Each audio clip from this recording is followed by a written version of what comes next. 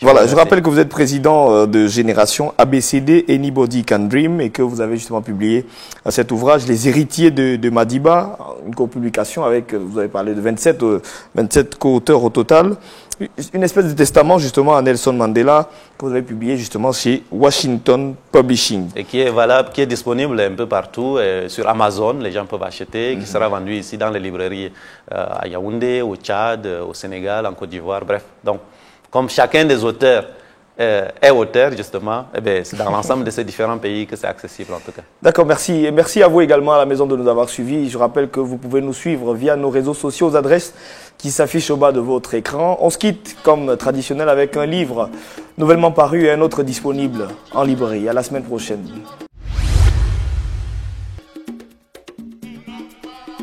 Ce roman raconte les vicissitudes de Mwana Mboka, responsable politique africain de premier plan, arrêté en France au détour d'une mission officielle pour des faits rappelant son passé d'exilé, incarcéré puis libéré après une vague d'indignation.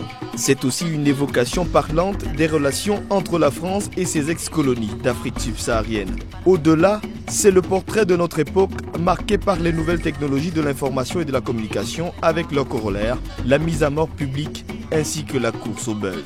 Black Bizarre d'Adrien Poussou, nouvellement paru chez l'Harmattan.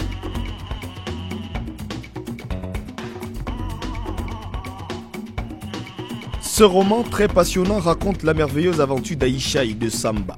En se rendant à la cérémonie consacrée à son excision, Aïcha va voir sa vie profondément bouleversée. Elle sera enlevée par Samba à la veille même de son excision avec la complicité d'un instituteur. À cette période, Aïcha, la petite musulmane, n'est qu'une petite écolière de Ouara, sauvée de la mutilation clitoridienne et conduite secrètement jusqu'au sud du pays. Elle sera élevée dans un milieu chrétien. Aïcha s'imposera par sa beauté légendaire, son intelligence exceptionnelle, sa vision perspicace de la vie et de l'avenir, ses choix lucides. Elle refusera d'entrer dans les ordres et choisira la profession de magistrate. Elle retournera aussi à sa religion d'enfance et épousera Samba. Tout ceci lui donnera la force de lutter contre l'excision, un roman beau de rupture et de réconciliation où tout conduit non pas à l'échec, comme on l'a si souvent vu dans les écrits défaitistes, mais à l'accomplissement d'une femme, d'un couple, d'une famille et au travers eux, de toute une communauté. Son sujet principal, l'excision, est une vraie question de société en Afrique. Aïcha, la crête sauvée de Roger Rostand Oyono, disponible chez Afrédite, Africaine d'édition.